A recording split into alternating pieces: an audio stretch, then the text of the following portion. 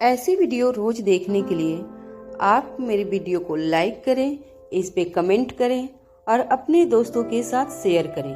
और हाँ, अगर आप इस चैनल पे नए हैं तो इसे सब्सक्राइब करना ना भूलें। आकाश के चले जाने का एहसास श्रेया को बहुत तकलीफ दे रहा था। श्रेया समझ नहीं पा रही थी कि ऐसा क्यों हो रहा था। जिस आकाश को उसने सालों पहले ही खो दिया था, आज उस आकाश के चले जाने पर इतना दिल भारी क्यों हो रहा था। लिविंग रूम की एक खिड़की के पास खड़ी श्रेया जब यह सब कुछ सोच रही थी, तभी दूसरी ओर की खिड़की पर खड़ा आर्यन श्रेया से कहने लगा, मुझे लगता है आकाश अंकल की तबीयत बहुत खराब है। आर्यन के मुंह से यह बात सुनकर श्रेया हैरान रह गई। आर्यन लगातार खिड़की से बाहर देख रहा था। श्रेया दौड़कर आर्यन के पास गई और आर्यन जिस खिड़की से बाहर देख रहा था उसी खिड़की से बाहर देखने लगी। आकाश अपनी कमर पर हाथ रखकर नीचे झुक गया था। उसे अपना एक हाथ मेन डोर पे लगे पिलर पर रखा था। आकाश किसी तरह अपना बैलेंस बनाए रखने की कोशिश कर रहा था, मगर धीरे धीरे पिलर का सपोर्ट लिए हुए हाथ की ग्रिप कमजोर होने लगी थी और आकाश जमीन की ओर गिरने लगा। आकाश को इस हालत में देखकर श्रेया समझ नहीं पा रही थी कि वह क्या करे। आकाश और श्रेया कॉलेज के टाइम पर जब भी रिलेशनशिप में थे, तब भी आकाश बिल्कुल इसी तरह का बर्ताव किया करता था। अगर किसी बात पर श्रेया आकाश से नाराज हो जाती थी तो आकाश घंटों तक उसी जगह पर खड़ा रहता था जहां श्रेया ने उसे छोड़ा होता था। आकाश का पेशेंस लेवल बहुत हाई था। नाराज श्रेया को मनाने के लिए चाहे बारिश हो या धूप हो, आकाश बिना हिले घंटों तक एक ही जगह पर खड़ा रहता था। और जब आकाश को ऐसा लगता कि श्रेया का इतना गुस्सा इतना जल्दी से उतरने वाला नहीं था, तो आकाश पेट दर्द होने का नाटक करता रहता था। और जैसे ही आकाश को जमीन पर गिरता देख श्रेया उसे बचाने आती, आकाश उसे पकड़कर किस कर लेता था। सालों पुरानी बातें जब श्रेया को वापस याद आने लगी तो श्रेया की आंखें नम हो गई थी। आर्यन आकाश की हालत देखकर काफी परेशान लग रहा था। आर्यन ने श्रेया से कहा, मासी, मुझे लगता है हमें अंकल को अंदर ले आना चाहिए, वो बहुत कमजोर लग रहे हैं। श्रेया अभी भी इस कंफ्यूजन में थी कि उसे क्या करना चाहिए। वही आकाश यह सब कुछ जानबूझकर तो नहीं कर रहा था। कहीं वह फिर से श्रेया पर पुरानी ट्रिक तो नहीं आजमा रहा था। श्रेया ने कुछ देर अपने दिल पर पत्थर रखकर बाहर खड़े आकाश को इग्नोर करने की कोशिश करती रही, मगर कुछ ही देर के बाद रेजिस्ट करने के बाद वह अपने आप को रोक नहीं पाई और दरवाजा खोलकर दौड़कर आकाश के पास जाने लगी। आकाश का हाथ पिलर से फिसल गया और आकाश जमीन पर जा गिरा। आकाश की आंखें भारी हो रही थी। आकाश की तरफ देखकर श्रेया समझ चुकी थी कि आकाश सचमुच बहुत ज्यादा तकलीफ में था। श्रेया आसपास आकाश के बॉडीगार्ड और असिस्टेंट को ढूंढने लगी। श्रेया जानती थी कि आकाश गुलेरिया दिल्ली बिजनेस की दुनिया का बहुत बड़ा नाम था और अक्सर कभी भी आकाश कहीं अकेला आता जाता भी नहीं था। उसके साथ उसके अपने सिक्योरिटी गार्ड और असिस्टेंट की एक फौज साथ साथ चला करती थी। मगर श्रेया यह देखकर हैरान थी कि कोई आकाश की कार के पास नजर भी नहीं आ रहा था और न ही कोई आकाश की मदद करने सामने आ रहा था। श्रेया ने जोर से आवाज लगाते हुए कहा, हेलो, कोई है यहाँ? क्या कोई मिस्टर गुलेरिया के साथ यहाँ आया है? जब श्रेया को कोई रिस्पॉन्स नहीं मिला तो वह जमीन पर पड़े आकाश को देखने लगी। आकाश की आंखें बंद हो रही थी और सांसें भी धीमी पड़ने लगी थी। आकाश कुछ बड़बड़ा रहा था। श्रेया समझ नहीं पा रही थी कि आकाश क्या कह रहा था। तभी श्रेया छुपकर आकाश के पास आई। आकाश अटकती हुई आवाज में श्रेया से कह रहा था, चाहे कुछ भी हो जाए मुझे हॉस्पिटल नहीं जाना। यह कहते हुए आकाश बेहोश हो गया था। श्रेया को समझ नहीं आ रहा था कि वह करती तो क्या करती। श्रेया जानती थी कि आकाश के सिक्योरिटी गार्ड यहाँ कहीं मौजूद होंगे। उसने उन्हें सामने लाने के लिए एक तरकीब सोची। पास पड़े एक पत्थर को उठाकर श्रेया ने आकाश पर हमला करने की कोशिश की। कुछ दूर झाड़ियों के पीछे आकाश का असिस्टेंट आकाश के बॉडीगार्ड के साथ छुपा हुआ था। श्रेया को आकाश पर हमला करता हुआ देखकर आकाश का बॉडीगार्ड श्रेया की ओर गन डालने लगा। तभी गन नीचे करते हुए आकाश के सेक्रेटरी ने कहा, डोंट शूट। सर ने स्ट्रिक्ट ऑर्डर दिए थे, चाहे कुछ भी हो जाए उस लड़के को कोई नुकसान नहीं होना चाहिए। यह बात सुनते ही आकाश के बॉडीगार्ड ने आकाश के असिस्टेंट से कहा, मगर सर, वह लड़की हमारे आकाश सर पर हमला कर रही है। आकाश और श्रेया की ओर देखते हुए आकाश के असिस्टेंट ने कहा, नहीं करेगी।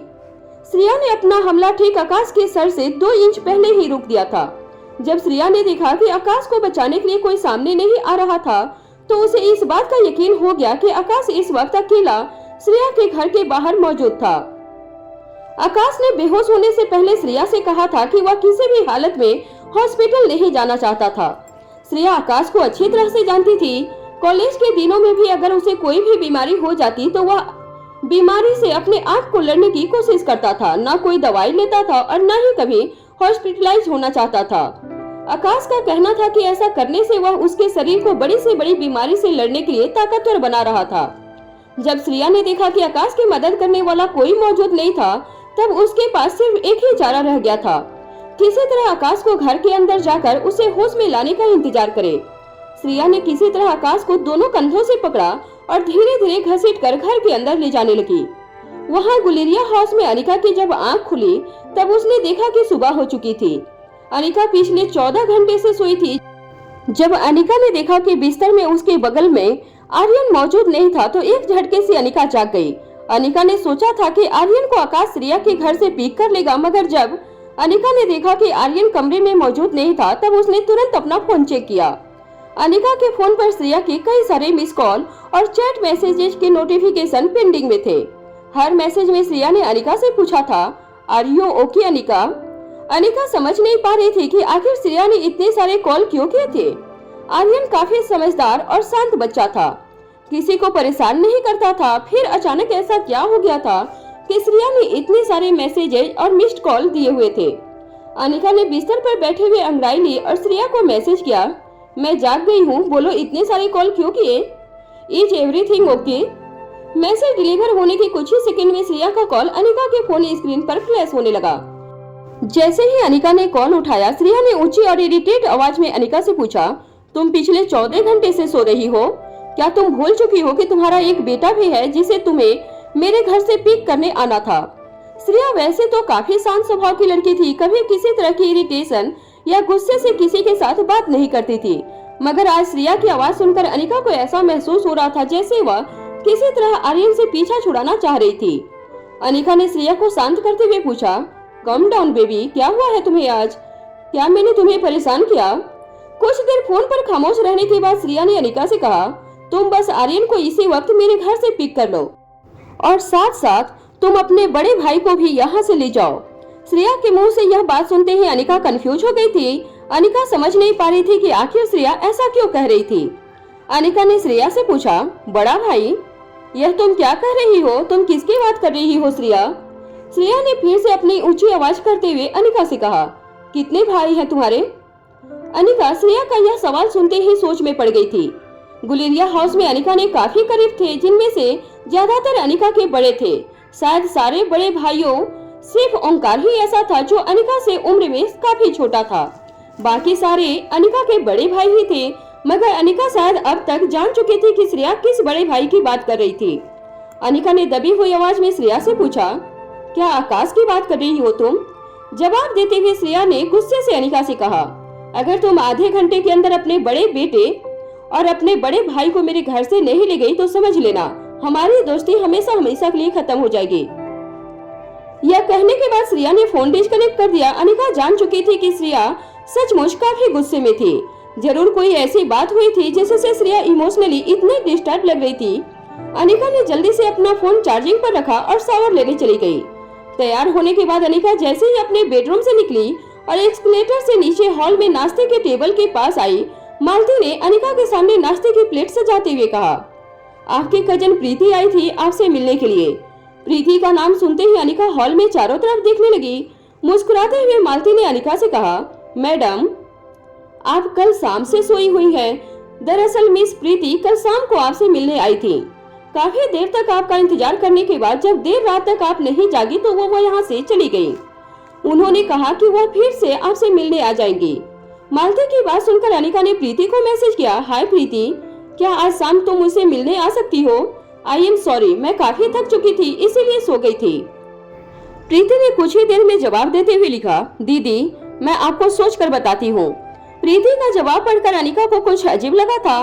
तभी प्रीति का एक और मैसेज अनिका के मोबाइल पर फ्लैश होने लगा।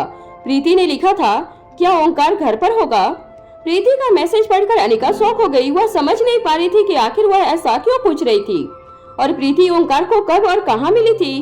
शाम को गुलेरिया हाउस में जो कुछ भी हुआ था उससे अनिका पूरी तरह से अनजान थी। अनिका ने पास खड़ी मालती से पूछा, क्या ओंकार घर वापस आ गया है? मालती ने जवाब देते हुए कहा, जी मैडम, ओंकार बाबा पिछले 2-3 दिनों से घर पर आते जाते रहते हैं। यह जवाब सुनकर अनिका ने मालती से पूछा, क्या वह घर आज भी वापस आएगा? मालती ने अनिका के प्लेट में नाश्ता रखते हुए कहा, कुछ कहा नहीं जा सकता है मैडम, पर मुझे नहीं लगता कि आज ओंकार बाबा घर लौटेंगे। अक्सर 2-3 दिन घर पर आने के बाद वह कई दिनों तक गायब भी रहते हैं। मालती की यह बात सुनते ही अनिका ने प्रीति को मैसेज में लिखा, नहीं, ओंकार घर पर नहीं होगा। तभी तुरंत प्रीति ने अनिका को रिप्लाई दिया, ठीक है दीदी, मैं शाम को जरूर आऊंगी। अनिका मन ही मन यह भी सोचने लगी थी कि पिछले 14 घंटे में बहुत कुछ हो चुका था जो उसके लिए जानना बहुत जरूरी था। एक तरफ उसकी बेस्ट फ्रेंड उससे यह कह रही थी कि वह जल्द से जल्द अपने बड़े भाई आकाश को उसके घर से ले जाए, और दूसरी ओर उसकी छोटी बहन उसे ओंकार के बारे में पूछ रही थी कि अगर वह घर पर नहीं होगा तभी वह उससे मिलने आएगी। काफी देर सोचने के बाद अनिका को तेज भूख लगी थी। फटाफट अपना नाश्ता खत्म करने के बाद अनिका गुलेरिया हाउस से अपनी कार में बैठकर दिल्ली एस्कॉर्ट में बने श्रेया की विला की ओर जाने लगी थी। श्रेया ने अनिका को उसके घर पहुंचने के लिए काफी कम वक्त दिया था। अनिका जानती थी कि इतने वक्त में वह श्रेया के घर नहीं पहुंच पाएगी, मगर लगातार तेज कार चलाते हुए अनिका श्रेया की दी हुई टाइम लिमिट के ठीक 15 मिनट के बाद श्रेया की विला में पहुंची। अनिका को लगा कि इतने सालों की दोस्ती के बाद 15 मिनट का डिले श्रेया जरूर माफ कर देगी। जैसे अनिका ने श्रेया के घर की डोरबेल बजाई, श्रेया ने तेजी से दरवाजा खोला। दरवाजा खोलते ही अनिका ने श्रेया से कहा, माफ करना, देखो मैं जानती हूँ कि मैं 15 मिनट लेट हूँ, मगर इतने सालों की दोस्ती में इतना डिले तो चलता है यार। देखो मैं जाकर तुरंत तेजी से कार चलाते हुए तुम्हारे पास आ गई हूँ। मैंने नाश्ता भी नहीं किया। अनिका की बात बीच में काटते हुए गुस्से से तिलमिलाई श्रेया ने अनिका से कहा, अभी इसी वक्त अंदर आकर अपने भाई को यहाँ से ले जाओ। हैरान अनिका श्रेया के पीछे पीछे घर के अंदर गई। अंदर अनिका ने जो कुछ भी देखा उसके बाद अनिका के पांव वहीं जमीन पर जम गए थे। श्रेया के घर के अंदर दाखिल होते ही अनिका यह देखकर हैरान हो गई थी कि आकाश गुलेरिया बड़े ही आराम से श्रेया के लिविंग हॉल में सोफा पर बैठकर अपनी टांग पर टांग चढ़ाकर न्यूज़पेपर पढ़ रहा था। आकाश के ठीक सामने आर्यन बैठकर अपनी मैथ की बुक से प्रॉब्लम सॉल्व कर रहा था। जब भी आर्यन को प्रॉब्लम सॉल्व करते हुए कोई कंफ्यूजन होती तो वो आकाश की मदद ले लेता, और आकाश भी बड़े ही प्यार से आर्यन के सवालों का जवाब देकर उसकी मैथ की प्रॉब्लम सॉल्व करने में मदद करता।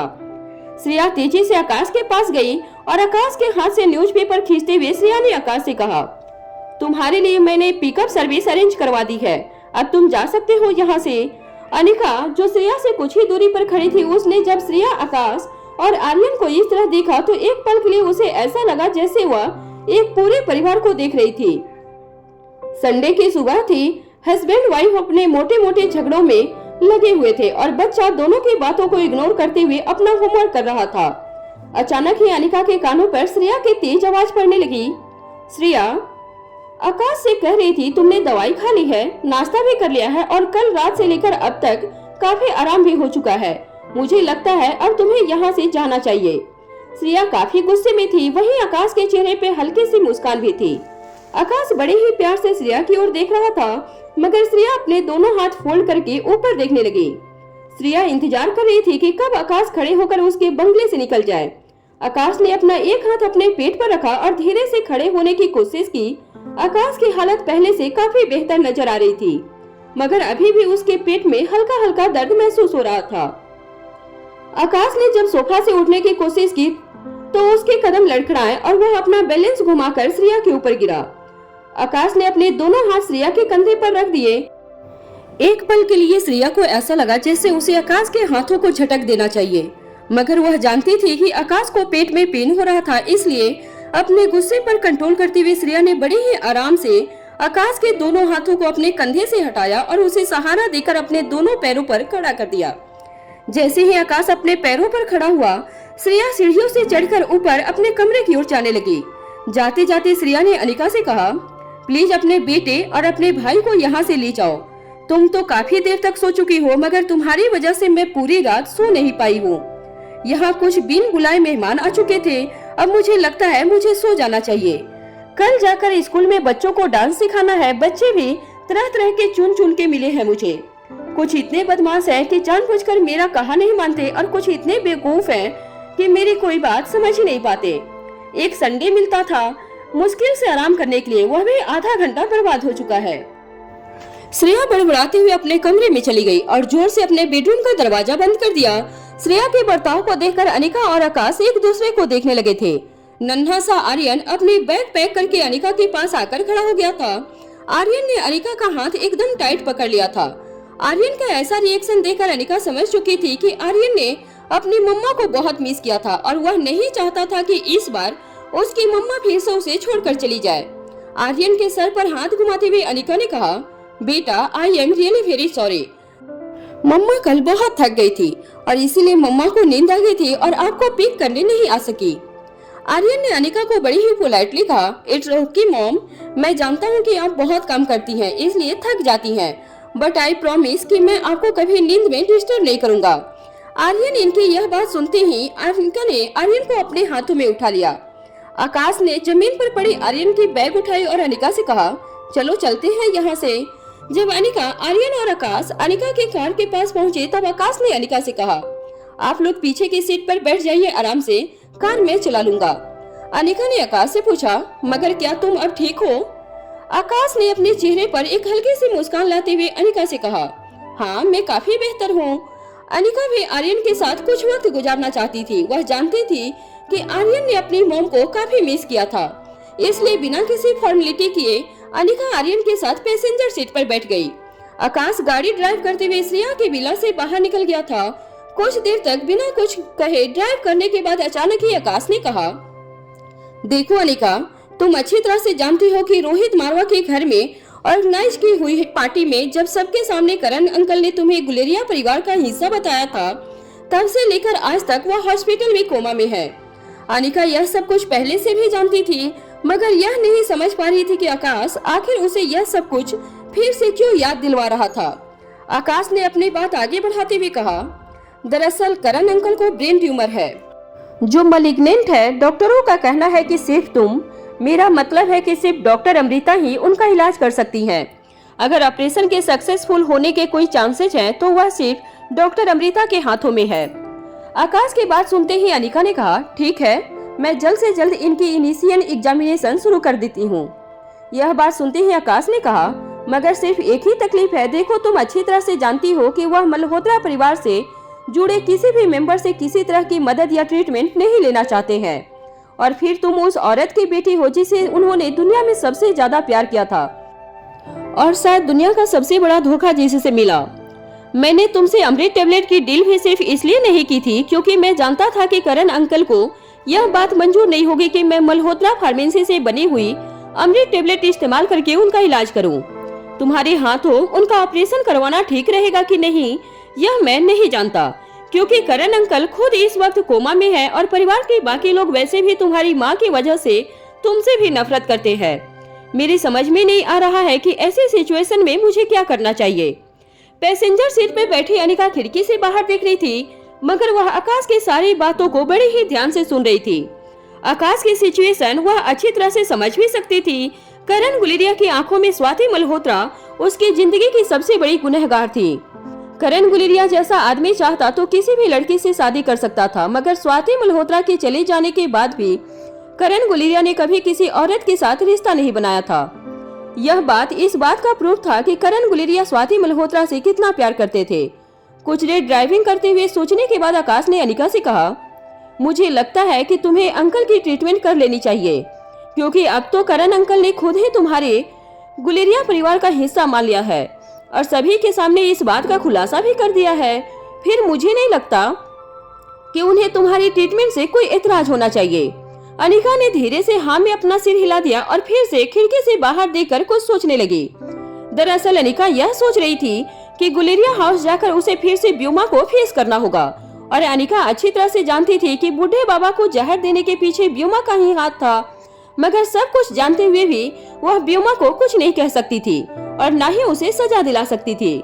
आखिर ब्यूमा करण गुलेरिया की कानूनन बेटी थी। जब अनिका यह सब कुछ सोच रही थी कि अचानक रियर व्यू मिरर से अनिका को देखते हुए आकाश ने कहा, तुम फिक्र मत करो, ब्यूमा को अपने किए की सजा जरूर मिलेगी। आकाश ने जब यह बात कही तब अनिका हैरान होकर आकाश को देखने लगी। उसे समझ नहीं आ रहा था कि आकाश को उसके मन की बातें कैसे सुनाई दे रही थी।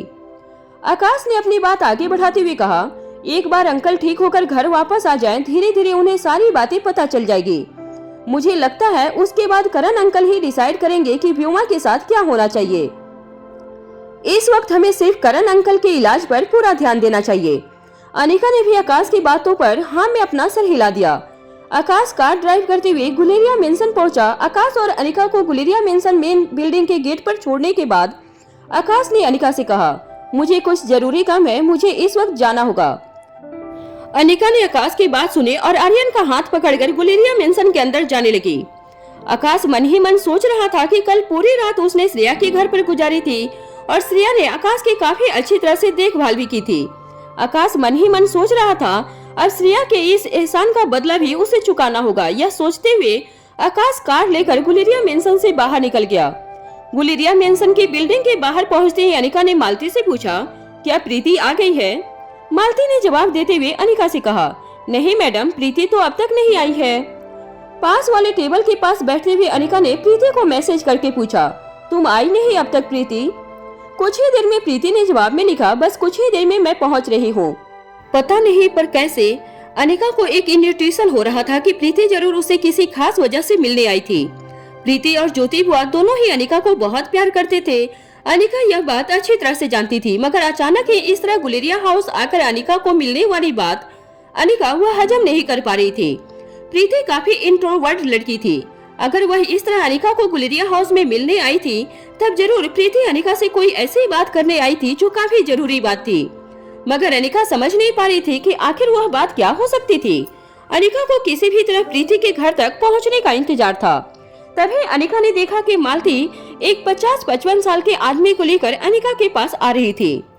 अनिका के पास आकर मालती ने कहा, अनिका मैडम, यह है गुलेरिया परिवार के वार्डरोब मैनेजर। यह देश और दुनिया के टॉप ब्रांड के स्पेशल कलेक्शन गुलेरिया परिवार के मेंबर के लिए अरेंज करते हैं। इनके पास सारे बड़े बड़े डिजाइनर के कैटलॉग्स मौजूद हैं। आप अपनी पसंद के कपड़े इन कैटलॉग्स में से सिलेक्ट कर सकते हैं। कुछ ही दिनों में आपके फिटिंग के सारे कपड़े यही घर पर डिलीवर कर दिए जाएंगे। गुलेरिया परिवार के सारे मेंबर इसी तरह अपने वार्डरोब को कीमती और अच्छे कपड़ों से मेंटेन करते हैं। पुराने कपड़े डिस्पोज किए जाते हैं और हर महीने नए कपड़े रिप्लेस कर दिए जाते हैं। लड़कों ने पिछले हफ्ते ही अपना वार्डरोब कलेक्शन अपडेट कर दिया था। इस हफ्ते लड़कियों की बारी थी। अनिका के लिए यह सब कुछ काफी ओवरवेलमिंग था। उसे समझ में नहीं आ रहा था कि कोई भी ऐसी कोई पोस्ट हो सकती थी क्या। अमीर खानदानों में वार्डरोब मैनेज करने के लिए भी इन्होंने एक पढ़ा लिखा और एक्सपीरियंस्ड एम्प्लॉय रखा था। उस आदमी ने बड़ी ही पोलाइटली अनिका के सामने झुककर अनिका को ग्रीट किया और अनिका के सामने कुछ कैटलॉग्स रख दिए। कुछ देर के बाद व्योमा अपने कमरे से बाहर निकलकर एस्केलेटर के नीचे आने लगे। व्योमा को खबर कर दी गई थी कि वार्डरोब मैनेजर लिविंग रूम में घर की सारी लड़कियों का इंतजार कर रहा है। हमेशा से ही प्रथा यह रही थी कि जैसे ही वार्डरोब मैनेजर घर पर आता था, शारदा सबसे पहले व्योमा को बुलाती थी। व्योमा सबसे पहले कैटलॉग से अपनी पसंद की डिजाइन बुक करवा लेती थी और उसके बाद बची हुई डिजाइन्स बाकी औरतों को दिखाई जाती थी। मगर आज जब व्योमा एस्केलेटर से नीचे उतर रही थी, उसने देखा कि घर की बाकी सारी लड़कियां और औरतें हॉल में कैटलॉग देखकर अपनी अपनी पसंद पहले ही सिलेक्ट कर रही थी। और कमरे के बीचों बीच नंदिनी चेयर पर एक बड़ी सी मुस्कान लिए कैटलॉग में अनिका को कुछ दिखा रही थी और उसके बाद वार्डरोब मैनेजर को इंस्ट्रक्शन दे रही थी। गुलेरिया परिवार में कई सालों में ऐसा पहली बार हुआ था कि किसी भी चीज को व्योमा के सिलेक्शन से पहले ही घर की बाकी औरतों को दिखाया गया था। घर की सभी लड़कियों को हॉल में जमा देखकर व्योमा को पहली बार इनसिक्योरिटी महसूस होने लगी थी।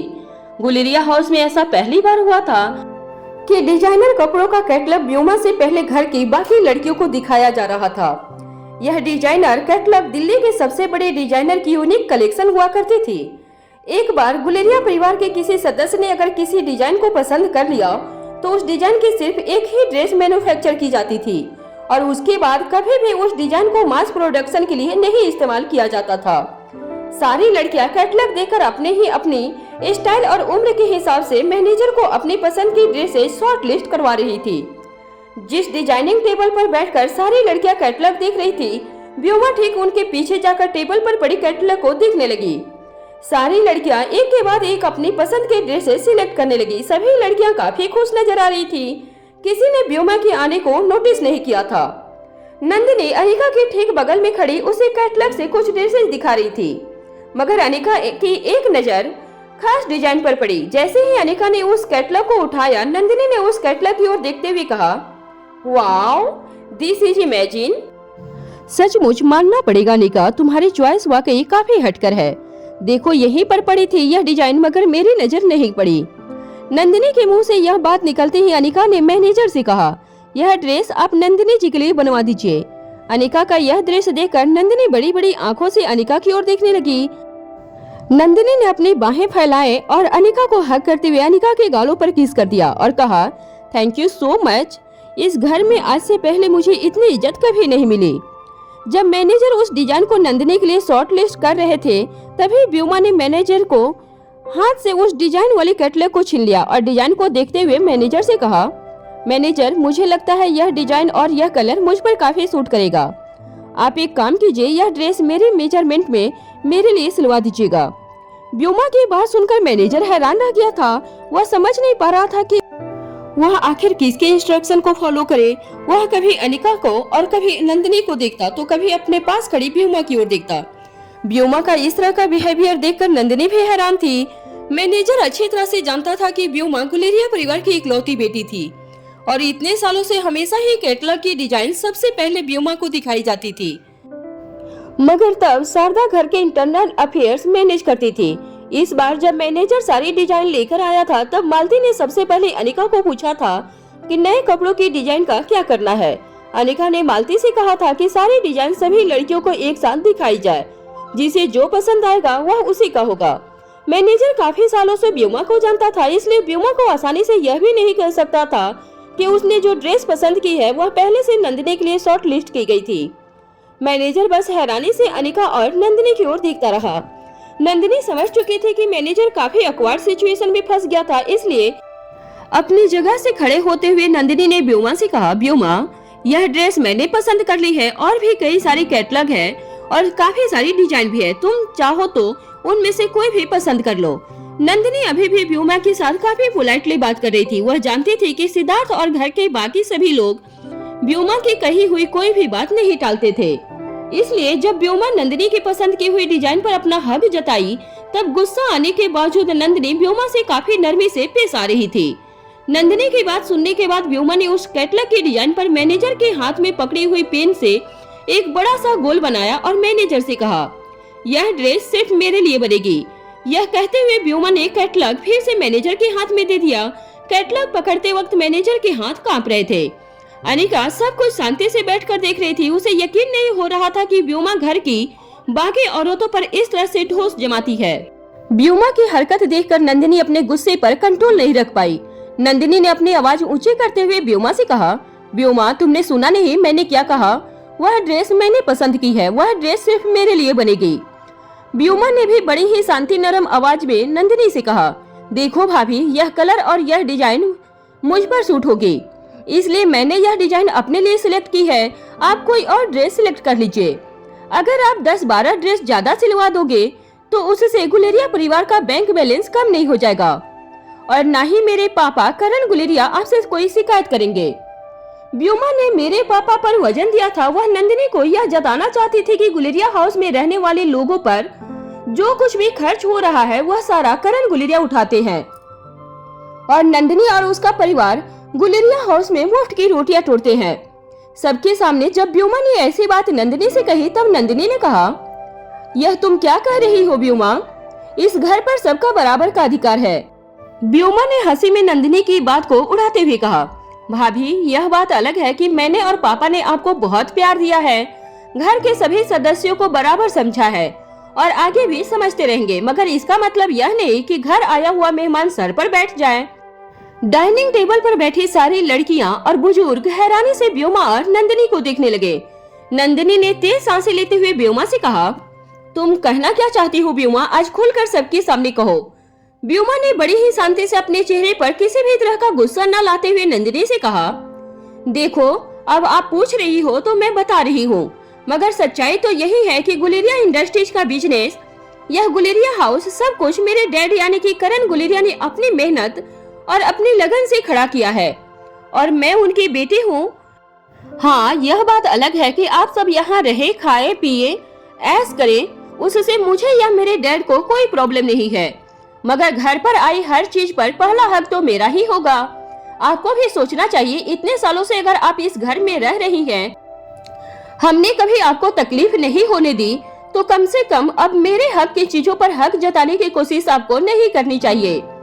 शारदा की जगह अब मालती ने ले ली है और अब यह मालती की जिम्मेदारी थी कि घर में होने वाली छोटी मोटी प्रॉब्लम्स को मालती अपने सूझबूझ से सुलझा ले। मालती को व्योमा की यह बात बिल्कुल पसंद नहीं आई थी, मगर एक नौकर होने के नाते मालती ने बिल्कुल दबी हुई और पोलाइट आवाज में व्योमा से कहा, मैडम, यह आप क्या कह रही हैं? बड़े मालिक ने घर के मेंबर्स में कभी किसी की तरह भेदभाव का नहीं किया था, सबको एक समान समझा है हमेशा। और फिर आकाश बाबू भी तो इसी घर का हिस्सा है, वह भी तो बड़े साहब करण गुलेरिया के भतीजे हैं, मगर बिल्कुल उनके बेटे जैसे हैं। जैसे ही मालती के मुंह से यह बात निकली, व्योमा झूठ मूठ के रोने का नाटक करने लगी। सभी लोग व्योमा को देखकर अपनी अपनी जगह से खड़े हो गए। व्योमा रोती हुई आवाज में सबसे कहने लगी, मैं जानती हूँ आप सब लोग को यह क्यों कह रहे हो, क्योंकि आप सब लोग जानते हैं कि मेरे पापा इस वक्त कोमा में हैं और उनके बचने के चांसेस भी बहुत कम हैं। इसलिए आप सब लोग मिलकर मुझसे मेरे सारे हक छीनने की कोशिश कर रहे हैं। एक एक करके आप सब मुझे मेरे हर हक अधिकार से दूर कर देंगे। अभी पापा जिंदा हैं तो यह हालत है, पता नहीं उनके चले जाने के बाद आप लोग मेरे साथ क्या करेंगे। मेरे पापा ने जो दौलत, इज्जत और शोहरत कमाई है, उसे एक एक करके आप लोग सब मिलकर मुझसे छीनना चाहते हैं। व्योमा ने मालती की ओर देखकर कहा, आप तो इस घर की बहुत पुरानी नौकर है, लेकिन आप भी इन लोगों के साथ मिल चुकी हैं। मगर यह मत भूलना कि इस घर की असली मालकिन की बेटी मैं हूँ, चाहे गोद ली हुई ही सही, मगर करण गुलेरिया की मैं लीगल डॉटर हूँ और उस लिहाज से इस घर पर सबसे पहला हक मेरा है और मैं तुम्हें अभी इसी वक्त चाहूँ तो नौकरी से भी निकाल सकती हूँ। व्योमा के मुंह से यह बात सुनते ही मालती के हाथ पांव ठंडे पड़ने लगे थे। उसने कभी सोचा नहीं था कि इतने सालों की वफादारी का उसे यह इनाम मिलेगा। कांपती हुई आवाज में मालती ने व्योमा से कहा, मैडम जी, आप यह क्या कह रही हैं? अगर आपने मुझे नौकरी से निकाल दिया तो शहर में मुझे कोई और नौकरी नहीं देगा। मालती की ऐसी हालत देखकर नंदिनी को मालती पर तरस आ गया। वह नहीं चाहती थी कि व्योमा और नंदिनी के बीच चल रही कोल्ड वार की सजा घर की वफादार मालती को मिले। इसलिए तेजी से अपने कमरे की ओर जाते हुए नंदिनी ने कहा, व्योमा, ड्रेस तुम ही रख लो, मुझे कुछ नहीं चाहिए, मुझे कुछ नहीं लेना है अब और इस गुलेरिया परिवार से। यह कहते हुए नंदिनी की आंखों में आंसू थे, मगर वह लगातार तेजी से अपने कमरे की ओर चली जा रही थी। मालती ने बचपन से ही सिद्धार्थ गुलेरिया और आकाश गुलेरिया की देखभाल की थी। नंदिनी का स्वभाव मालती को काफी पसंद था। आज नंदिनी की आंखों में आंसू देखकर मालती को अच्छा नहीं लग रहा था। मालती जानती थी कि नंदिनी ने अपनी पसंद का गला घोटते हुए मालती की नौकरी बचाई थी। मालती ने व्योमा की ओर देखकर हाथ जोड़ते हुए कहा, मैडम, ऐसा मत कीजिए, एक छोटी सी बात बहुत आगे बढ़ जाएगी। आखिर यह एक ड्रेस ही तो है, चाहे आप पहने या नंदिनी बहू। नंदिनी को वापस अपने कमरे में जाता हुआ देख रही व्योमा ने मालती की बात को पूरी तरह से इग्नोर कर दिया था। जैसे ही उसने देखा कि नंदिनी अपने कमरे में जा चुकी थी, व्योमा ने अपनी आंखों से आंसू पोंछा और टेबल पर पड़ी कुछ डिजाइनर कैटलॉग लेकर वह पास वाले सोफा पर जाकर बैठ गई। व्योमा बारी बारी से मैनेजर को अपनी पसंद की ड्रेस सिलेक्ट करने के बताने लगी। मैनेजर चुपचाप व्योमा की पसंद की ड्रेस नोट करने लगा। एक एक करके घर की सारी लड़कियां और औरतें अपने अपने कमरे में चली गई। जब व्योमा ने अपनी पूरी शॉपिंग लिस्ट मैनेजर को लिखवा दी तो वह बड़े ही आराम से अपनी जगह से उठी और धीरे धीरे फिर से अपने कमरे की ओर जाने लगी। इस बार व्योमा की आंखों में जीत की खुशी साफ साफ नजर आ रही थी। व्योमा को मन ही मन यह महसूस होने लगा था कि उसने पूरे गुलेरिया हाउस पर फिर से अपना कब्जा कर लिया था। जैसे ही वह अनिका के पास से गुजरी, व्योमा ने बड़ी ही धीरे से अनिका की ओर देखकर कहा, खामोखा छोटी सी बात का इतना बड़ा बतंगड़ बना दिया। आखिर उन्हें भी समझना चाहिए कि यह घर मेरे पापा का है और मैं करण गुलेरिया की इकलौती बेटी हूँ। उस नाते इस घर पर सबसे पहला हक मेरा है। अनिका को यह बात सुनाने के बाद चेहरे पर हल्के से मुस्कान लाते हुए व्योमा लिफ्ट से ऊपर चली गई। जब मैनेजर अनिका के पास कैटलॉग लेकर आया तब अनिका ने मैनेजर को हाथ के इशारे से कह दिया कि उसे अब कपड़े सिलेक्ट करने में कोई इंटरेस्ट नहीं है। मैनेजर भी चुपचाप सारे कैटलॉग इकट्ठा करके वहां से चला गया। जब अनिका और नंदिनी की नई नई मुलाकात हुई थी तब नंदिनी ने अनिका को व्योमा के बारे में सब कुछ बताया था। आज अनिका ने अपनी आंखों से देख लिया था कि घर की बाकी लड़कियां और औरतों को व्योमा किस तरह से परेशान करती है। यह कहा जा सकता था कि अपनी पोजीशन का गलत फायदा उठाकर वह घर की औरतों पर बहुत अन्याय करती थी। तभी मालती प्रीति को लेकर अनिका के पास आई और कही, अनिका जी, आपकी कजन आ गई हैं। अनिका को देखते ही प्रीति दौड़कर अनिका के पास आई और अनिका के गले लग गई। अनिका भी प्रीति को देखकर काफी खुश हो गई थी। प्रीति के गालों पर हाथ फेरते हुए अनिका ने कहा, पढ़ाई ठीक ठाक चल रही है ना तुम्हारी? प्रीति ने भी अनिका को ताना मारते हुए कहा, हाँ, बस मेरे मेंटर काफी बिजी चल रहे हैं, इसलिए पढ़ाई थोड़ी धीमी स्पीड से चल रही है। प्रीति की यह बात सुनकर दोनों बहनें एक साथ हंस पड़ी थी। तभी अचानक ही प्रीति को कुछ याद आया। प्रीति ने अनिका से कहा, अरे हाँ दीदी, इससे पहले कि मैं भूल जाऊं, मम्मी ने आपके लिए एक बहुत ही इम्पोर्टेंट मैसेज भेजा है। आपकी मम्मी ने यानी कि स्वाति मामी ने आपके जन्म के वक्त अम्बिलिकल कार्ड हॉस्पिटल में प्रिजर्व करवाई थी। मम्मी ने कहा कि आपको यह बात बता दूं, शायद वह अम्बिलिकल कार्ड किसी दिन आपको कोई काम आ जाए। प्रीति की बात सुनते ही अनिका की आंखें, जो हमेशा ही थकी हुई लगती थी, अचानक ही चमकने लगी। अनिका को यकीन नहीं हो रहा था कि अभी अभी प्रीति के मुंह से उसने जो कुछ भी सुना था वह सच था या नहीं। प्रीति की मम्मी यानी कि ज्योति बुआ ने यह मैसेज भिजवाया था कि अनिका के मां ने अनिका की डिलीवरी के बाद अम्बिलिकल कार्ड का खून प्रिजर्व करवाया था। अनिका ने प्रीति को दोनों कंधों से पकड़कर पूछा, तुमने क्या कहा अभी अभी? जरा फिर से बताओ मुझे। प्रीति ने बड़ी ही कैजुअली अपनी बात दोहराते हुए कहा, मेरी मम्मी ने मैसेज भेजा है कि स्वाति मामी ने आपको जन्म देने के बाद अम्बिलिकल कार्ड का ब्लड प्रिजर्व करवाया है। जब प्रीति ने दोबारा अनिका को वही बात कही, तब अनिका को कुछ यकीन होने लगा था कि उसने जो कुछ भी सुना था वह सच था। मगर अनिका एक बात समझ नहीं पा रही थी कि आखिर उसकी माँ स्वाति ने ऐसा क्यों किया होगा। 25 साल पहले लोग अम्बिलिकल कार्ड को प्रिजर्व करने के बारे में सोचते तक नहीं थे, न ही हॉस्पिटल में इस तरह की फैसिलिटी थी। प्रीति ने अपनी बात आगे बढ़ाते हुए अनिका से कहा, मम्मी ने यह भी कहा था कि स्वाति मामी ने उन दिनों काफी जिद की थी कि अम्बिलिकल कार्ड को प्रिजर्व किया जाए। शायद उन्हें आपकी बहुत फिक्र थी, कहीं फ्यूचर में आपको कोई ब्लड डिसऑर्डर हो जाए तो शायद अम्बिलिकल कार्ड का ब्लड आपके इलाज के लिए काम आ जाए। स्वाति मामी सचमुच अपने टाइम की औरतों से काफी आगे की सोच रखने वाली औरत थी, वरना उस जमाने में इतनी दूर की सोच कौन रखता था।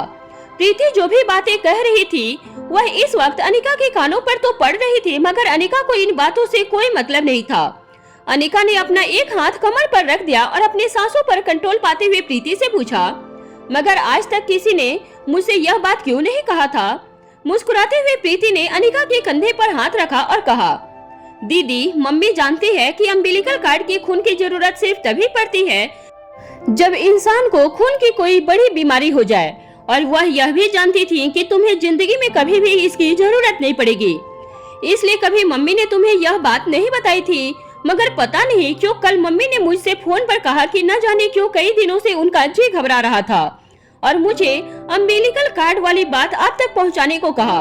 दीदी, मैं भी यही प्रार्थना करती हूँ कि अम्बिलिकल कार्ड के ब्लड की आपको कभी जरूरत न पड़े। अनिका अभी भी यकीन नहीं कर पा रही थी कि उसकी माँ ने सालों पहले अनिका के लिए इतनी बड़ी प्लानिंग कर रखी थी। स्वाति मल्होत्रा अच्छी तरह जानती थी कि एक दिन ऐसा आएगा जब अनिका को अपने 25 साल पुराने खून की जरूरत होगी। आज अनिका सचमुच अपनी माँ को समझ नहीं पा रही थी। आखिर कौन थी वह औरत? क्या वह अच्छी थी, बुरी थी, समझदार थी, सातिर थी? कौन थी स्वाति मल्होत्रा? अनिका जितना अपनी माँ को जानने की कोशिश कर रही थी, उतनी ही अपनी माँ को समझने में अनिका उलझती जा रही थी।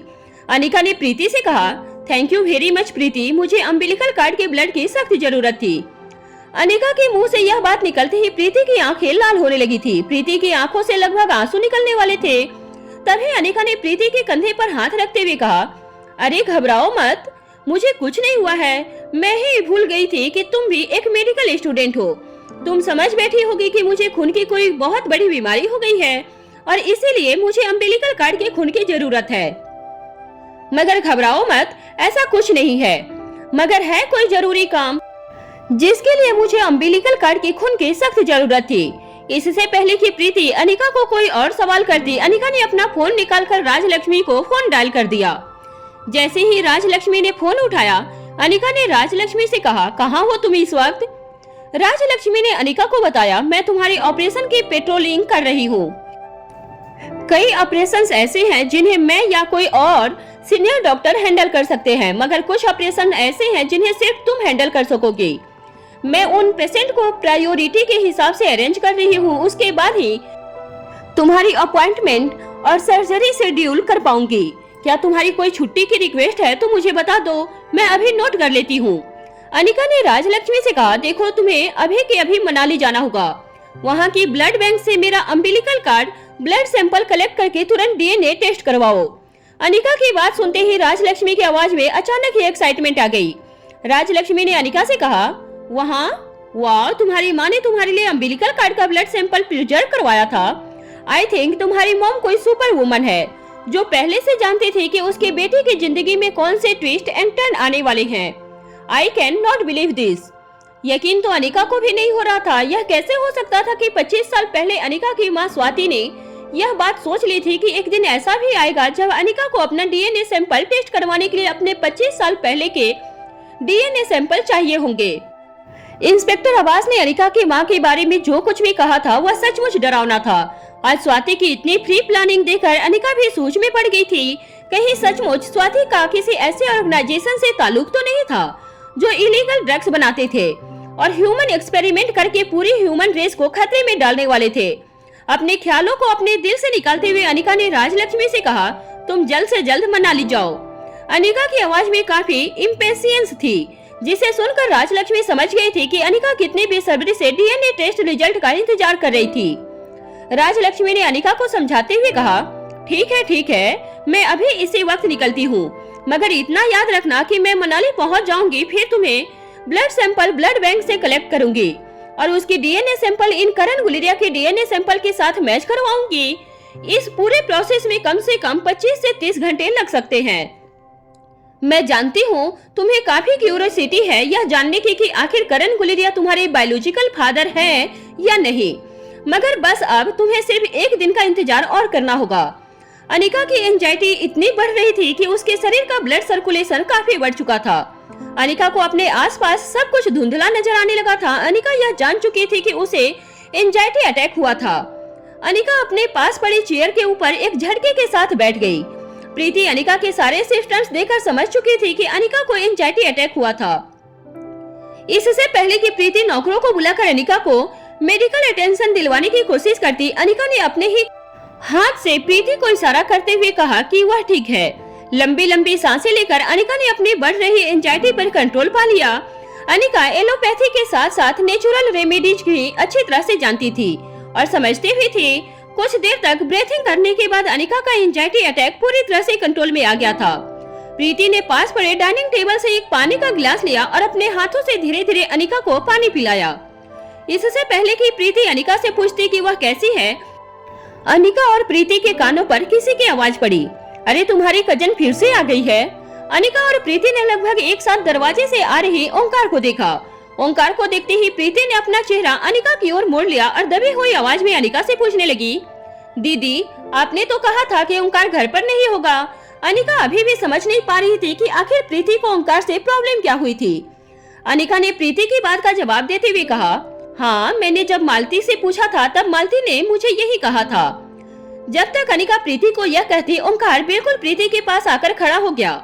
ओंकार ने अनिका की बात सुन ली थी। ओंकार ने अपने दोनों हाथ अपनी जेब में डाले और अपने कंधे ऊपर करते हुए प्रीति को देखने लगा। प्रीति को देखते ही ओंकार के चेहरे पर स्माइल आ गई और उसकी आंखों में चमक भी आ गई थी।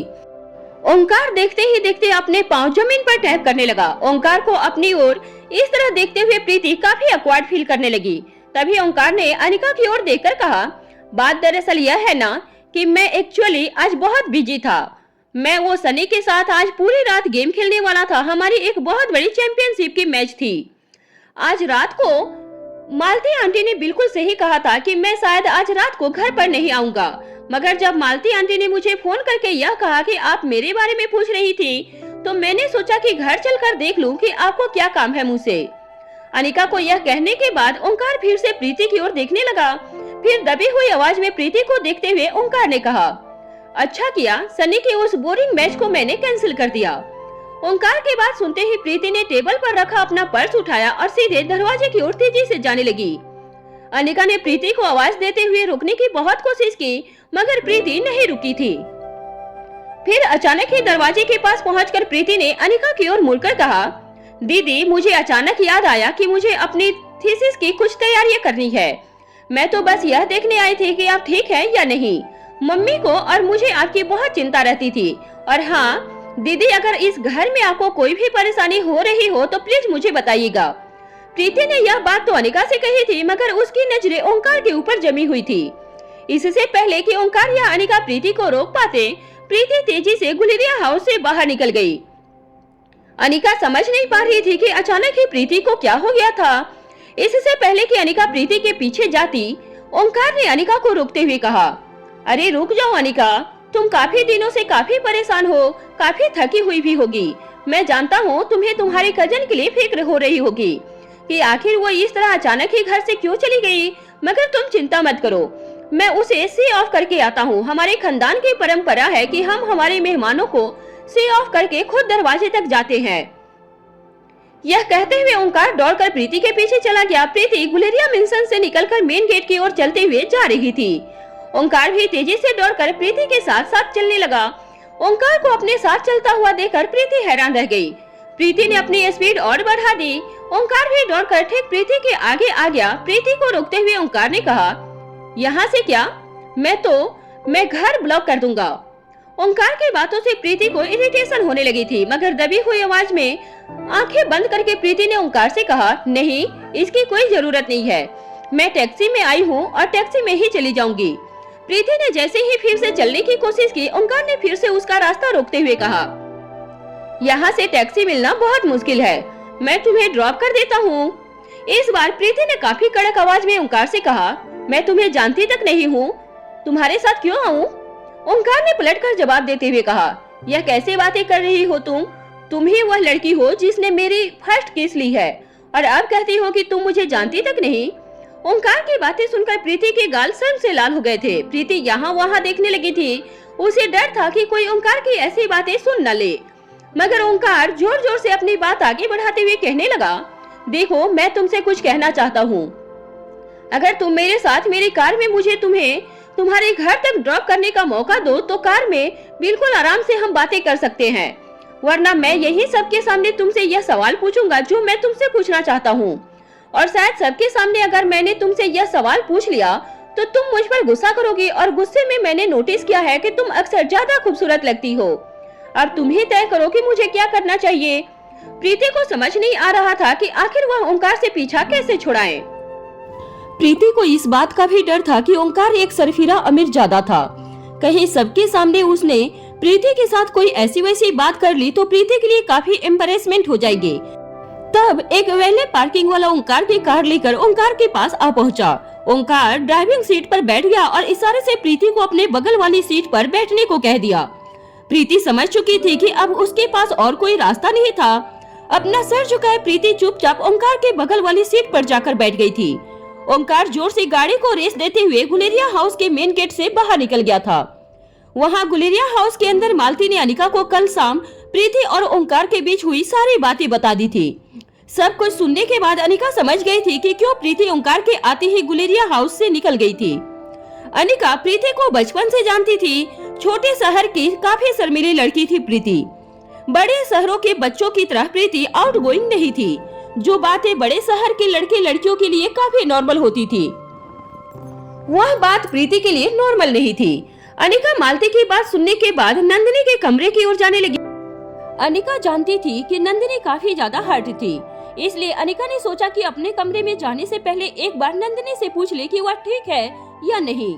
अनिका ने नंदिनी के बेडरूम का दरवाजा नॉक किया। कुछ ही देर में जब नंदिनी ने दरवाजा खोला तो अनिका ने नोटिस किया कि नंदिनी की आंखें काफी ज्यादा लाल थी। इसका मतलब साफ था कि जब से नंदिनी बेडरूम के अंदर आई थी तब से लेकर अब तक वह रो रही थी। अनिका को देखते ही नंदिनी ने अपने चेहरे पर एक फेक स्माइल लाते हुए कहा, आओ अनिका, अंदर आओ। अनिका की नजरें नंदिनी पर जमी हुई थी। नंदिनी का चेहरा नीला पड़ चुका था। व्योमा ने नंदिनी से जो सारी बातें कही थी वह किसी भी औरत के लिए काफी इंसल्टिंग थी। जैसे ही अनिका बेडरूम के अंदर दाखिल हुई, दरवाजा बंद करते हुए नंदिनी ने कहा, तुम्हें क्या लगता है अनिका, मुझे और सिद्धार्थ को घर छोड़कर चले जाना चाहिए? क्या इसी में हम सबकी भलाई है? अब तक अनिका इतना तो समझ चुकी थी कि सिद्धार्थ गुलेरिया और आकाश गुलेरिया के बीच में किसी भी तरह का कोई मनभेद नहीं था। दोनों के बीच में काफी बनती थी। सिद्धार्थ गुलेरिया करण गुलेरिया की भी काफी इज्जत किया करता था। नंदिनी का स्वभाव भी बिल्कुल ऐसा ही था। वह परिवार के सारे लोगों के साथ मिलजुल कर रहा करती थी। मगर आज जब व्योमा ने सबके सामने यह बात कही कि नंदिनी और सिद्धार्थ को घर में रखकर उन पर एहसान कर रही है, तो यह बात नंदिनी बर्दाश्त नहीं कर पाई थी। भले ही सिद्धार्थ गुलेरिया का कंट्रीब्यूशन गुलेरिया इंडस्ट्रीज में ज्यादा नहीं था, मगर आकाश इतना काबिल और पावरफुल था कि सिद्धार्थ को कभी कुछ करने की जरूरत ही नहीं पड़ी थी। सिद्धार्थ अपना अलग बिजनेस एस्टेब्लिश करने की कोशिश कर रहा था, मगर किसी न किसी वजह से उसका बिजनेस एस्टेब्लिश नहीं हो पा रहा था। मगर परिवार में कभी किसी ने सिद्धार्थ पर इस तरह का ताना नहीं कसा था। वह सिद्धार्थ जिसने हमेशा ही व्योमा को अपनी सगी बहन की तरह प्यार किया था, उसे बहन ने आज सबके सामने सिद्धार्थ गुलेरिया को नीचा दिखा दिया था। नंदिनी खुद भी काफी अमीर खानदान की लड़की थी। हाँ, नंदिनी के खानदान का गुलेरिया परिवार के साथ कोई मुकाबला नहीं था, मगर ऐसा नहीं था कि नंदिनी के परिवार वाले नंदिनी की और सिद्धार्थ की मदद नहीं कर सकते थे। मगर सिद्धार्थ गुलेरिया और नंदिनी ने हमेशा ही चाहा था कि वह पूरे परिवार के साथ हंसी खुशी से मिलजुल कर रहें। अपने आंखों से टपकते हुए आंसू पोंछते हुए नंदिनी ने अनिका से कहा, आई एम सॉरी, मेरी बातों को तुम सीरियसली मत लेना। इस घर को छोड़कर जाने वाली बात मैं कैसे भी सोच सकती हूँ। सिद्धार्थ को यह घर और यह घर के लोग बहुत पसंद है, और फिर यश भी तो यही पला बड़ा है। पिंकी और घर के बाकी बच्चों के साथ मैं अपने स्वार्थ के लिए मेरे पति और मेरे बेटे की खुशियाँ छीन नहीं सकती हूँ। अनिका ने नंदिनी को कंट्रोल करने के लिए उसके कंधे पर हाथ रखा। तभी हाथ में एक बड़ा सा पार्सल लिए सिद्धार्थ गुलेरिया बेडरूम में दाखिल हुआ। अनिका को बेडरूम में नंदिनी के साथ देखकर सिद्धार्थ ने अपने हाथ का पार्सल हवा में लहराते हुए कहा, अरे वाह, क्या बात है, तो तुम दोनों यही हो, यह तो बड़ी खुशी की बात है। देखो मैं क्या लाया हूँ। सिद्धार्थ ने अपने हाथ में पकड़ा हुआ पार्सल साइड में टेबल पर रखा और पार्सल खोलते हुए कहने लगा, मैं नंदिनी की फेवरेट रेड वेलवेट केक लाया हूँ। खास उसी ब्रांड की यह केक है जो नंदिनी को सबसे ज्यादा पसंद है। खास बनवाई है मैंने, एकदम फ्रेश। तुम दोनों मिलकर खाओ और मुझे बताओ कैसी लगी तुम्हें ये केक। जैसे ही सिद्धार्थ ने बॉक्स में से केक बाहर निकाली, सिद्धार्थ ने देखा कि नंदिनी की आंखें लाल हो गई थी। आंखों के नीचे की सूजन देखकर सिद्धार्थ समझ गया था कि जरूर नंदिनी काफी देर तक रोई है। सिद्धार्थ ने केक फिर से टेबल पर रखते हुए नंदिनी के पास आकर पूछा, क्या हुआ डार्लिंग, तुम रो क्यों रही हो? और अपनी उंगलियों से आंखें मसलते हुए कहने लगी, नहीं नहीं, कुछ नहीं। वह दरअसल बालकनी में खड़ी थी। अचानक ही मेरी आंखों में धूल उड़ गई। लगता है अभी भी धूल की मिट्टी के कुछ पार्टिकल्स आंखों में रह गए हैं। कुछ देर में ठीक हो जाऊंगी मैं। सिद्धार्थ गुलेरिया नंदिनी के हाथ हटाए। जब सिद्धार्थ ने देखा कि नंदिनी की आंखें न सिर्फ लाल थी बल्कि आंखों के नीचे काफी सूजन भी थी, तब सिद्धार्थ ने अनिका की ओर देखकर कहा, अरे अनिका, तुम तो डॉक्टर हो, जरा देखो क्या हुआ है नंदिनी की आंखों को। अगर कोई सीरियस बात है तो हम अभी इसे हॉस्पिटल ले चलते हैं। सिद्धार्थ का नंदिनी के लिए प्यार देखकर अनिका के चेहरे पर स्माइल आ गई थी। अनिका ने सिद्धार्थ से कहा, नहीं भैया, ऐसा करने की कोई जरूरत नहीं है।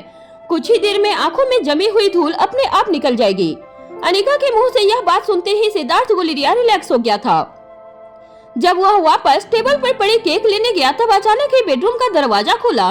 दरवाजे से व्योमा तेजी से चलकर अंदर आई और बेड पर बैठी नंदिनी से कहने लगी, अरे भाभी, इतनी सी बात के लिए आप इतना रिएक्ट कर रही हो? आखिर एक ड्रेस ही तो है वह। चलिए आप रख लीजिए, बस मुझे नहीं चाहिए वह ड्रेस। और वैसे भी आकाश ने मुझसे मेरे सारे अधिकार और पावर छीन लिए हैं। अब इस घर के इंटरनल अफेयर्स में मुझे कोई फैसला लेने की या कुछ करने की या कुछ कहने की कोई अधिकार नहीं है। अब आप लोग यही समझ लीजिए कि मैं इस घर के लिए पराई हूँ। इस घर में मेरी हैसियत किसी मेहमान से कम नहीं है, और जब मैं इस परिवार का हिस्सा ही नहीं हूँ तो उस ड्रेस पर भला मेरा क्या हक हो सकता है। व्योमा की बातों से ऐसा लग रहा था जैसे किसी ने उसके साथ बहुत नाइंसाफी की थी। यहाँ तक कि यह सारी बातें करने के बाद व्योमा सर झुकाकर सिद्धार्थ के सामने खड़ी हो गई थी। व्योमा को इस तरह देखकर सिद्धार्थ को ऐसा लगा जैसे नंदिनी ने एक ड्रेस की खरीदारी को लेकर व्योमा के साथ झगड़ा कर लिया था। सिद्धार्थ जानता था कि आज वार्डरोब मैनेजर नए कैटलॉग और डिजाइन लेकर घर पर आया था। हर 3 महीने में गुलेरिया हाउस की यह प्रथा रहती थी जिसके बारे में घर का हर सदस्य अच्छी तरह से जानता था। जब सिद्धार्थ को इस बात का एहसास हुआ कि आज भी हमेशा की तरह किसी एक खास ड्रेस के ऊपर नंदिनी और व्योमा के बीच टकरार हुई थी, तो सिद्धार्थ ने नंदिनी का हाथ पकड़ा और उसे बालकनी में ले गया। वेल्डिंग बंद करके सिद्धार्थ ने नंदिनी से कहा, हर बार मैं तुम्हें समझाता हूँ मगर हर बार तुम वही गलती दोहरा देती हो। आज फिर तुमने व्योमा का दिल दुखाया। कितनी बार कहा है तुमसे कि अगर उसे कोई ड्रेस पसंद आती है तो उसे ले लेने दो। उस एक ड्रेस के बदले मैं तुम्हें 100 ड्रेस दिलवा दूंगा। हमेशा मैं यही तो करती हूँ।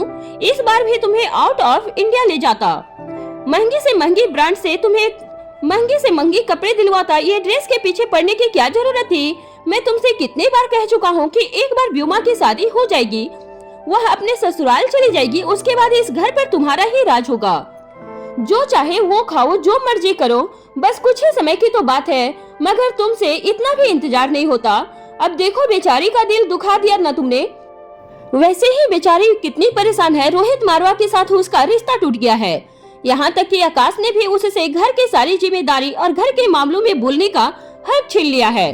पता नहीं आकाश को भी क्या दुश्मनी हो गई है व्योमा से, और ऐसी हालत में तुमने बेचारी का एक ड्रेस को लेकर दिल दुखा दिया। सिद्धार्थ की यह सारी बातें नंदिनी को तीर की तरह चुभने लगी थी। सिद्धार्थ को लग रहा था कि यह सिर्फ एक ड्रेस की बात थी। किसी तरह नंदिनी ने अपने इमोशंस पर कंट्रोल की। नंदिनी नहीं चाहती थी कि व्योमा की वजह से सिद्धार्थ और नंदिनी के बीच में कोई तनाव पैदा हो। वहाँ सिद्धार्थ गुलेरिया समझ नहीं पा रहा था कि आखिर नंदिनी को हुआ क्या था। सिद्धार्थ दिल का बड़ा शौक था, मगर जब बात लोगों के मन की पढ़ने की आती थी तो सिद्धार्थ इस मामले में बिल्कुल जीरो था। यहाँ तक कि सिद्धार्थ अपनी पत्नी की मन की बात भी नहीं समझ पाता था। बिजनेस में भी सिद्धार्थ इसीलिए बाकी लोगों से पीछे था क्योंकि अपने पीठ पीछे चल रही पॉलिटिक्स को समझने का हुनर सिद्धार्थ में नहीं था। इससे पहले कि नंदिनी सिद्धार्थ को कुछ समझा सके, अचानक ही बालकनी में व्योमा आकर नंदिनी से कहने लगी, मुझे माफ करना नंदिनी भाभी, मुझे पहले ही समझ जाना चाहिए था कि वह ड्रेस आपको पसंद आ गई थी। सिद्धार्थ भैया, इसमें नंदिनी भाभी की कोई गलती नहीं है, सारी गलती मेरी है। मैंने जो ड्रेस सिलेक्ट की थी वह नंदिनी भाभी को पसंद आ गई थी।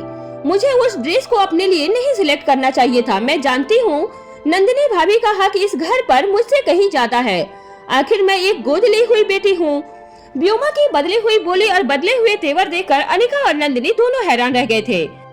सिद्धार्थ के सामने व्योमा का व्यवहार बिल्कुल अलग था। अनिका व्योमा का यह बिहेवियर पहले भी देख चुकी थी। व्योमा घर के औरतों के साथ जो सलूक करती थी और घर में अपने भाइयों के सामने जिस तरह से पेश आती थी, उन दोनों बातों में जमीन आसमान का फर्क था। व्योमा की बात सुनते ही सिद्धार्थ ने व्योमा की पीठ थपथपाते हुए कहा, I am proud of you my sister. औरतों के बीच में छोटे मोटे झगड़े चलते रहते हैं। अरे भाई, यह तो घर घर की कहानी है, मगर तुमने समझदारी दिखाकर यह साबित कर दिया कि तुम गुलेरिया परिवार की बेटी हो।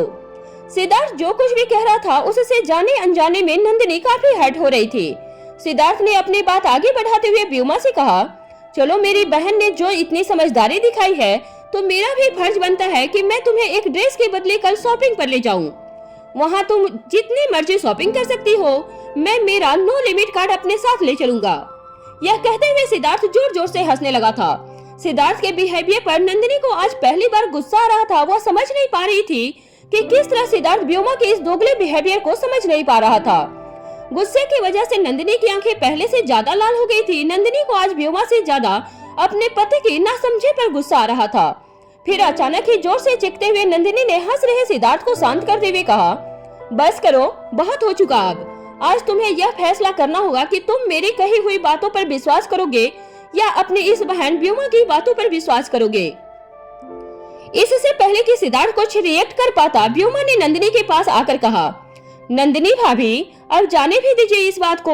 हम सब एक ही परिवार का हिस्सा है। वह ड्रेस चाहे मैं पहनूं या आप, रहेगा तो गुलेरिया परिवार में ही। व्योमा की बात सुनकर नंदिनी गुस्से से व्योमा को देखने लगी। लाल लाल आंखों से पानी टपक रहा था, मगर गुस्से की वजह से नंदिनी एक पल के लिए भी अपनी पलकें नहीं झपका रही थी। व्योमा की आंखों में आंखें डालकर नंदिनी ने कहा, अच्छा, अब हम एक ही परिवार के हिस्सा हो गए। अभी कुछ देर पहले तक तो मैं और सिद्धार्थ इस घर पर तुम्हारी मेहरबानियों की वजह से रह रहे थे। अचानक क्या हो गया कि इस परिवार का हिस्सा हो गए हम लोग तो इस घर की छत के नीचे तुम्हारे एहसानों की वजह से रह रहे थे, क्योंकि करण गुलेरिया की लीगल औलाद तुम हो। हम सब तो यहाँ तुम्हारी मेहरबानी के सहारे जी रहे हैं ना। नंदिनी की बातें सुनकर सिद्धार्थ गुलेरिया चौंक गया था और हैरानी से व्योमा की ओर देखने लगा था। सिद्धार्थ गुलेरिया बचपन से ही सगी बहन के प्यार को तरसता रहा था। गुलेरिया परिवार में कोई बेटी न होने की वजह से जिस दिन करण गुलेरिया ने व्योमा को गोद लिया था, उस दिन से लेकर आज तक सिद्धार्थ गुलेरिया ने व्योमा को ही अपनी सगी बहन मानकर उसे प्यार दिया था। सिद्धार्थ गुलेरिया ने कभी नहीं सोचा था कि व्योमा मन में सिद्धार्थ गुलेरिया को पराया समझती है। सिद्धार्थ गुलेरिया हैरानी से व्योमा की ओर देखने लगा था। जैसे ही व्योमा ने सिद्धार्थ गुलेरिया को इस तरह अपनी ओर देखते हुए नोटिस किया, व्योमा ने तुरंत ही अपने चेहरे के एक्सप्रेशन बदल लिए। रोती हुई सूरत बनाकर व्योमा ने सिद्धार्थ से कहा, भैया मैं नहीं जानती कि भाभी क्या कह रही हैं। मैं भला ऐसा क्यों कहूँगी? आप तो जानते ही हैं कि मैं आपको अपने सगे भाई की तरह मानती हूँ। व्योमा की बदली आवाज और बदले तेवर देखकर नंदिनी हैरान हो गई थी। सिद्धार्थ भी समझ नहीं पा रहा था कि आखिर वह किसकी बात माने।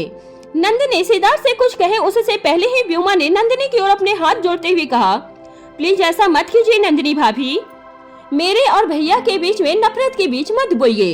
इतने सालों तक हम सगे भाई बहन की तरह रहे हैं और अगर इस घर में मैंने किसी को सबसे ज्यादा अपना करीबी माना है तो वह सिर्फ सिद्धार्थ भैया है। अगर यह भी मुझसे नफरत करने लगेंगे तो मैं कहाँ जाऊंगी? व्योमा की बात सुनते ही सिद्धार्थ का सर शर्म से झुक गया था। सिद्धार्थ कोई भी चीज बर्दाश्त कर सकता था, मगर उसने जिसे अपनी सगी बहन समझा था उसकी आंखों में आंसू नहीं बर्दाश्त कर सकता था। सिद्धार्थ ने अपनी आवाज ऊंची करते हुए नंदिनी से कहा, बस करो नंदिनी, अब एक ड्रेस के लिए बात को कितना खींचोगी? हम सब एक ही परिवार के हैं, हमें एक दूसरे को समझकर आगे बढ़ना है। बड़े परिवारों में छोटे मोटे टकराव होते रहते हैं, इसका मतलब यह नहीं कि हम एक दूसरे को पराया समझने लगे। नंदिनी ने भी इस बार अपनी आवाज ऊंची करते हुए सिद्धार्थ से कहा, तुम बिल्कुल सही कह रहे हो, मगर यह बात तुम जिसे अपनी बहन समझते हो उसे समझाओ। पराया मैं नहीं समझती किसी को, उसी ने सबके सामने हमें पराया कर दिया था।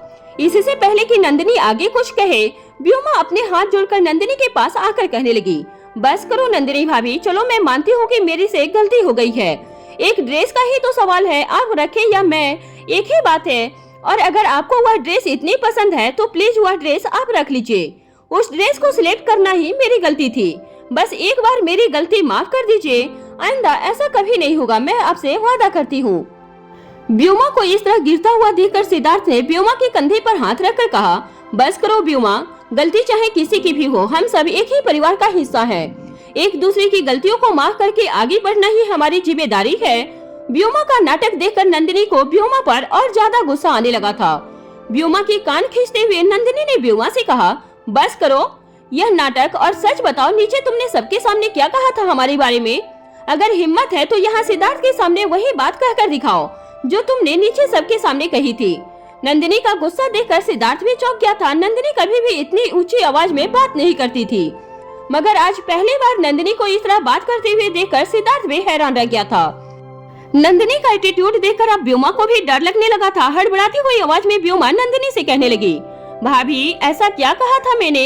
यह क्या कह रही हैं आप? मुझे तो नहीं लगता कि मैंने ऐसी कोई बात कही थी जिस पर आप इस तरह से रिएक्ट करो। व्योमा को झूठ बोलते हुए देखकर नंदिनी का गुस्सा और तेज होने लगा था।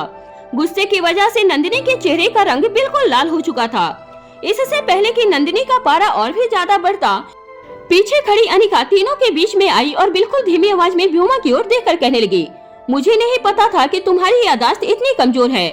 व्योमा, कुछ देर पहले कही हुई बातें भी तुम्हें याद नहीं रहती? It is the sign of Alzheimer. I hope इस बीमारी के बारे में तुमने पहले भी सुना होगा। अनिका की बात सुनते ही व्योमा ने अचानक ही अपनी रोती हुई सूरत पर एटीट्यूड लाते हुए कहा, देखो अनिका, मैं अच्छी तरह से जानती हूँ तुम यह सब क्यों कर रही हो। देखो, शारदा आंटी ने कब मेरे कमरे से वह टेबलेट चुराई और बूढ़े बाबा को दे दी, यह खुद मुझे भी नहीं पता है।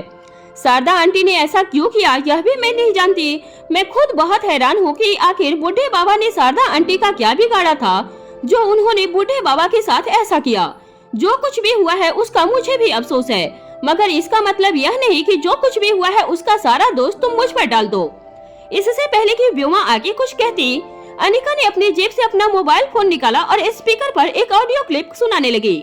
ऑडियो क्लिप से व्योमा की आवाज साफ साफ सुनाई दे रही थी। व्योमा नंदिनी से कह रही थी, यह मत भूलना कि इस घर के असली मालिक मेरे डैड यानी कि करण गुलेरिया हैं। गुलेरिया इंडस्ट्रीज और गुलेरिया हाउस सिर्फ और सिर्फ मेरे डैड की वजह से है। हाँ, मेरे डैड यह चाहते हैं कि पूरा परिवार मिलजुल कर रहे। इसका मतलब यह नहीं कि घर में रहने वाले बाकी लोग अपने आप को इस घर का मालिक समझने लगे। इस घर पर अगर सबसे ज्यादा हक किसी का है तो वह मिस्टर करण गुलेरिया की इकलौती बेटी होने के नाते सिर्फ और सिर्फ मेरा है। आप लोग इस घर में मेरी और मेरे डैड की मेहरबानी की वजह से रहते हो, यह बात कभी मत भूलना। व्योमा ने कुछ देर पहले नीचे सभी के सामने नंदिनी को जो भी कहा था वह सारी बातें अनिका ने अपने मोबाइल फोन में रिकॉर्ड कर ली थी। व्योमा की आवाज ऑडियो क्लिप में साफ साफ सुनाई दे रहा था। सिद्धार्थ गुलेरिया ने जैसे ही व्योमा की यह सारी बातें सुनी, उसे ऐसा लगने लगा था जैसे उसके पांव के नीचे से किसी ने जमीन खींच ली थी। उसे यकीन नहीं हो रहा था कि वह जिसे अपनी सगी बहन से भी ज्यादा प्यार करता था, उसका असली चेहरा ऐसा भी हो सकता था। ऑडियो क्लिप खत्म होते ही अनिका ने अपना फोन जेब में रख दिया और सिद्धार्थ गुलेरिया की ओर देखने लगी। अनिका ने अपना फोन जेब में रखते हुए सिद्धार्थ गुलेरिया से कहा, आई एम श्योर आपने इस भोली भाली और मासूम आवाज को पहले भी कहीं सुना होगा और पहचान भी लिया है। अनिका के ये कहने के बाद अचानक ही सिद्धार्थ के बेडरूम में सन्नाटा सा छा गया। सिद्धार्थ बस बिना हिले डुले सिर्फ अपनी गर्दन झुकाकर नीचे देखता रहा। सिद्धार्थ के लिए यह एक बहुत बड़ा सदमा था। जिस बहन की जिद पूरी करने के लिए सिद्धार्थ अक्सर पूरा घर सर पर उठा लेता था, वह बहन सिद्धार्थ के बारे में ऐसा सोचती थी। यह जानकर सिद्धार्थ को व्योमा से ज्यादा अपने आप पर गुस्सा आ रहा था। कुछ देर तक सिद्धार्थ यूं ही सर झुकाए खामोश खड़ा रहा था। व्योमा की सांसें तेज हो गई थी। काफी देर से व्योमा सोच रही थी कि आखिर वह इस बार क्या बहाना निकाले, मगर अनिका ने जो सबूत सिद्धार्थ के सामने रख दिया था, उसके बाद व्योमा का बचना काफी मुश्किल था। सिद्धार्थ धीरे से अपनी पत्नी नंदिनी के पास गया और जब सिद्धार्थ ने अपनी नजर उठाकर नंदिनी की ओर देखा, तब सिद्धार्थ की आंखें लाल थी। सिद्धार्थ की आंखों में नमी देखकर नंदिनी की आंखों में आंसू बहने लगे थे। नंदिनी ने कभी नहीं चाहा था कि नंदिनी और व्योमा के बीच होने वाली तकरार से सिद्धार्थ को कोई इमोशनल धक्का पहुंचे। इसलिए इतने सालों से जब भी व्योमा इस तरह की मनमानियां नंदिनी और घर के बाकी लड़कियों पर करती, वह चुपचाप सब कुछ सह लेती थी और बात को आगे बढ़ने नहीं देती थी, क्योंकि वह जानती थी कि व्योमा का असली चेहरा सामने आने पर सबसे ज्यादा दुख सिद्धार्थ को होने वाला था। सिद्धार्थ ने नंदिनी के कंधे पर हाथ रखते हुए कहा, मुझे माफ कर देना नंदिनी, मुझे नहीं पता था कि मेरा दिल रखने के लिए तुम व्योमा के इतने सारे अत्याचार सहन करती रही। मैंने हमेशा ही तुम्हें गलत समझा और अपनी बहन को सही समझा था, मगर आज व्योमा का असली चेहरा सामने आने के बाद मुझे तो अपने आप पर तरस आता है। मुझे माफ कर देना, मुझे नहीं पता था कि मेरे प्यार को यह लड़की बेवकूफी का नाम दे देगी और मेरे अपनेपन को इतनी पराई नजर से देखा जाएगा। इसके बाद सिद्धार्थ ने धीरे से व्योमा की ओर मुड़ते हुए अपनी गहरी आवाज में कहा, मगर एक बात सुन लेना तुम भी व्योमा, यह घर तुम्हारा है, तुम ही करण चाचा की लीगल औलाद हो, मगर यह मत भूलना कि इस घर को गुलेरिया परिवार के सभी सदस्यों ने मिलकर बनाया है। मुझे पता नहीं था कि तुम मेरे बारे में इतना नीचा सोचती हो। सिद्धार्थ की बात सुनते ही व्योमा की सांसें फूलने लगी थी। व्योमा सिद्धार्थ से कुछ कहना चाहती थी, तभी सिद्धार्थ ने ऊंची आवाज में व्योमा को रोकते हुए कहा, अब आज आगे कुछ मत कहना। मुझे नहीं पता था कि जो बहन मेरे सामने भोला भाला और मासूम चेहरा लिए फिरती है, उसका असली चेहरा कुछ और ही होगा। चलो मैं मानता हूँ कि इस घर पर मेरा कोई अधिकार नहीं, मगर एक बात तुम भी कान खोलकर सुन लो, मेरी बीवी के साथ इस तरह का सलूक करने का तुम्हें कोई अधिकार नहीं। तुम्हारा यह घर तुम्हें मुबारक हो। अपने छोटे मोटे बिजनेस, उससे छोटा मोटा प्रॉफिट करके मैंने भी एक छोटा सा घर बनाया है। मैं और मेरा परिवार आज के बाद तुम्हारे एहसानों तले नहीं रहेंगे।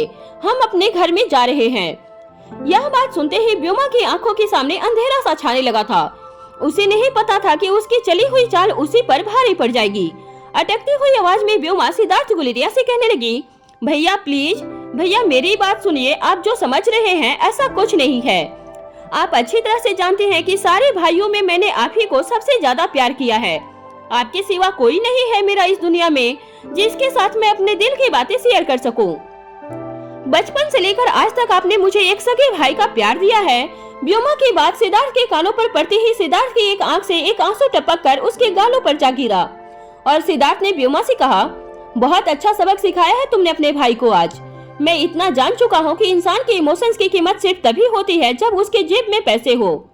गुलेरिया बिजनेस में मेरा कोई भी हक नहीं है और मेरा कोई कंट्रीब्यूशन भी नहीं है, और इसीलिए शायद तुमने ये सोचा होगा कि मैं और मेरी बीवी तुम लोगों पर बोझ हैं। मगर जिस घर में मेरी बीवी को सर झुकाकर चलना पड़े, उस घर में मैं एक मिनट भी सांस नहीं ले सकता हूँ।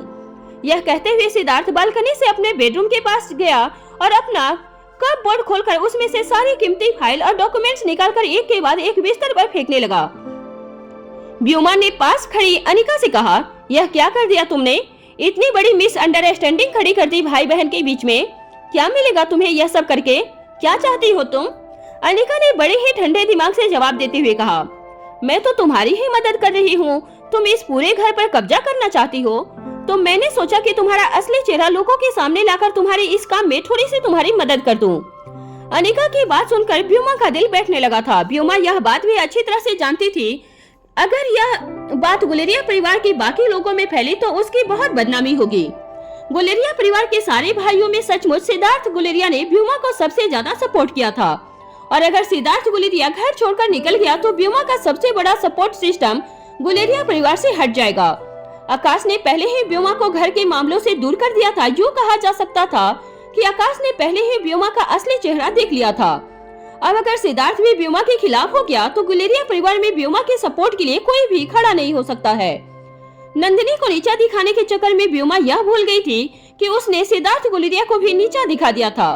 अपनी ही कही हुई बातों पर ब्योमा को गुस्सा आने लगा था। ब्योमा अगर इस वक्त अपने कमरे में अकेली होती तो शायद अपने आप को जोर से थप्पड़ लगा चुकी होती, मगर इस वक्त उसके लिए ज्यादा जरूरी था सिद्धार्थ गुलेरिया को गुलेरिया हाउस में रोकना।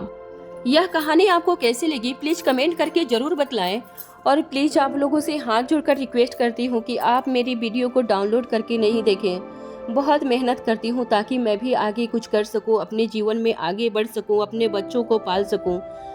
सो प्लीज आप लोग इस वीडियो को डाउनलोड करके नहीं देखें।